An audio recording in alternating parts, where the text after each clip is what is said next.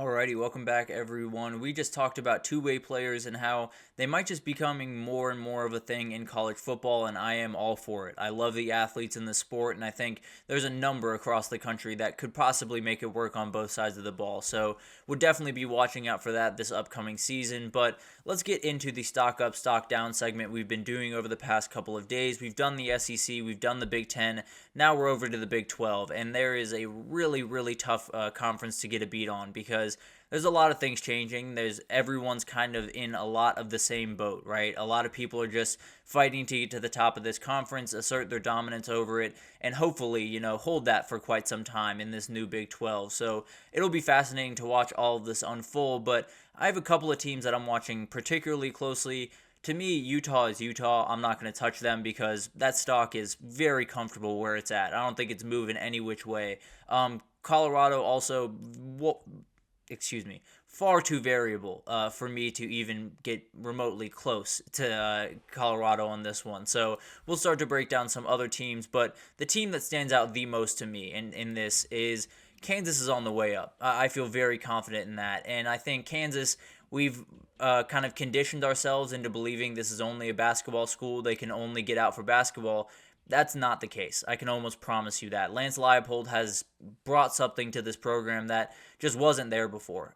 There's an energy around this fan base. There's a care around this fan base for that football program that just wasn't there, and that tends to happen when you start to win games. But I do think it's going to be really, really incredible to watch this team kind of unfold. I think there have been players coming out of this program over the last couple of years that just used to not come out of Kansas. Austin Booker is probably the best example from this past year. Was drafted, I believe, in the second or third round to the Bears and was a very, very good player at Kansas. A fantastic edge rusher and someone that Lance Leipold has a lot to do with why he's in the NFL today. So I think they could be a huge portal destination with the head coaching with the head coach that they have there. I think they could be a really, really interesting place to watch going forward. Also, I think this fan base is crazy. I understand it's mostly basketball, and that's always going to be the case. It's like Georgia's always going to be a football school. There's certain places that Kentucky's always going to be a basketball school, no matter how much Mark Stoops wins. That's just the way of the world.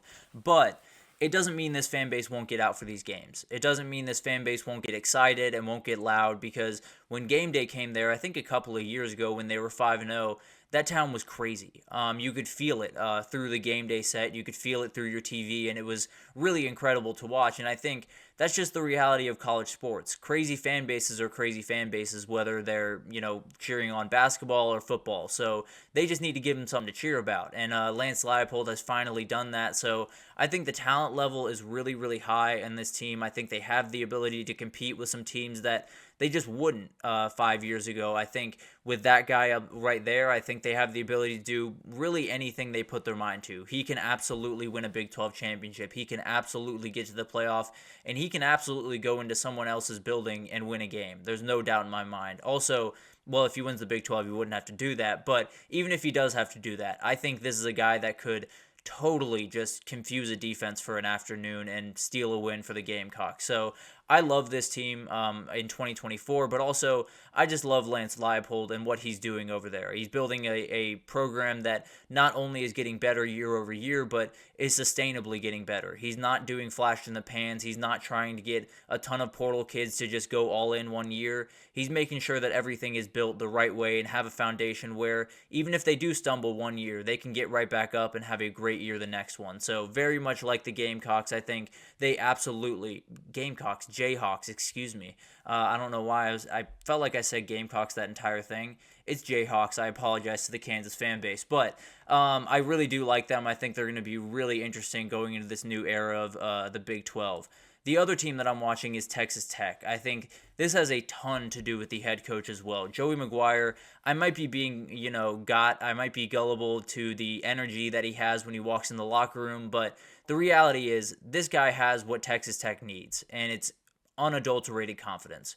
That program has an ability to do really, really incredible things. You look back in the Mike Leach era there, they did some really remarkable things. They were not only a team that you had to worry about in the Big 12, but they were a team that you had to worry about nationally. They were a top 10 team for a vast majority of the time that he was there, and it was just incredible to watch some of those teams play. So this program has that ability. They just need the right head guy in charge, and frankly, I think they have it in Joey McGuire. I think he definitely did have a tough year when there was a lot of momentum going into the last year, but I think this year is actually a much better team, much better situation for them to have that big-time year than last year was. I think when you look at this team, the recruiting is different. I'll be totally honest. They brought in the only 5-star in the entire class for the entirety of the Big 12 last year with Micah Hudson. So they're going to do things on the recruiting trail that some others just won't.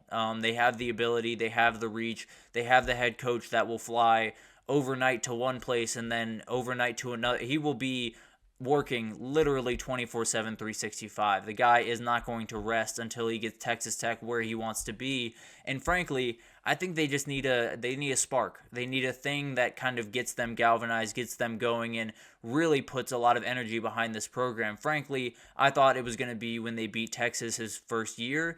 It didn't really end up being that. But there's plenty of other places to get that spark moment and kind of move this program into where you want it to be. So it'll be really interesting to watch. I think Texas Tech is one of those programs that they've been a little bit dormant for quite some time, where just not necessarily winning a ton of games, being an 8-win team, a 7-win team, sometimes a 9-win team, but never really cracking that top echelon. This is the time to do it. The talent level is really high. I think the Big 12 is absolutely wide open, and Texas Tech is one of the teams that absolutely can dominate the Big 12 going forward, and it could just happen this year and start this year and not end for quite some time. But I really like the Texas Tech Red Raiders as we go into the next kind of era of college football, and that's the reason why. I really love Joey McGuire. I think he has the right energy to get this program where it needs to be. But let's get to stock down, and I want to start with Baylor. Baylor is one of those that is kind of circumstantial, the way that we talked about the Big Ten and the SEC. There's going to be some teams that just fall in the pecking order by nature. That's just the way it's going to work. Utah and Arizona are coming into this conference ahead of Baylor. That's just the way it is. Now, all of that could change. And also, Colorado and Arizona State, I don't necessarily think are walking in definitely ahead of Baylor. They absolutely could be at the end of the year, no doubt about that. But I do think that Baylor's just heading in a little bit of the wrong direction. I really like Dave Aranda. What he did the first couple of years he was there was very incredible, and I think he's a very capable head coach. But when I look at their roster compared to others around the Big 12, it just doesn't match up very well. I think Daquan Finn is a fantastic player. I think he's going to be one of those guys that really makes this fan base and a lot of people fall in love with him across the country. I think he's going to really make some plays for them, but I don't know if it'll matter too much in this conference because there's going to be so many close games. Everyone's going to be so closely contested that you're not going to be able to just ride one guy to victory. And it feels like that's what Baylor's going to kind of have to do going into this season. But at the end of the day, Dave Aranda is going to be able to put together a good defense. As long as he has a base level talent that is, higher than it was a year ago, frankly, I think they're going to be able to play good defense. So they could survive in this world and could be a dangerous team where they're going to beat you, 21-17, and you're going to hate your time every time you go to Waco. But I don't know. I don't feel great about where their talent level is at. I don't feel great about all of the people coming in that might just be slotted above them, and especially with a team like Colorado that might just, hit the jackpot at some point and shoot up towards the top of this conference. It's just not an ideal situation for Baylor to be in. And the next one is going to be very interesting. I'll be totally honest with you. The TCU Horned Frogs, I don't feel great about. I know that just 2 years ago they were playing for a national title, and I know it sounds crazy for me to say that they are going to be continuing on downhill over the next couple of years, but my issue more lies with the way that they're building this roster. I love Sonny Dykes. I think he did something that I didn't even know was possible, frankly, in his first year at TCU. Did a ton of remarkable things, but since then, it's been a really rotating cast of characters, and a lot of people are doing that across the country. It's not to say that TCU is the only person doing that. It's not to say that TCU can't succeed doing that, but it is to say TCU isn't Ole Miss. They're not Oregon. They're not some of these other teams that are bringing in a lot of transfer portal guys, but they're bringing in the top line guys. They're bringing in guys that have started at other programs and have done really good things at other programs. TCU's bringing in guys that are really good players in their own right, but aren't necessarily at the level that they need them to be, are going to be a little bit further down the line in the pecking order of the recruiting in the transfer portal world. So I like TCU. I think they're a team that is a little bit dangerous at times, and I think especially with Sonny Dykes, where he's going to be able to score points the majority of the time, they have a chance to add some variability to this conference and be kind of an interesting team, but I think there's too many things stacked against them. It's not even just the Big 12. SMU is in the ACC, but they're going to give them a ton of trouble. SMU, I saw a stat a couple of days ago, and frankly, I'll probably bring it up tomorrow when we're talking about SMU in this segment, but they raised over $160 million last year. And it's because they moved to a power conference. That was all that SMU was waiting for. All of their alums were waiting with their pocketbooks ready, but they weren't giving it to an AAC team, but they were giving it to an ACC team. So it'll be really interesting to watch that unfold. I think between them, Texas A&M, Texas Tech, LSU, OU, all of those guys in Dallas are getting calls from all of those universities.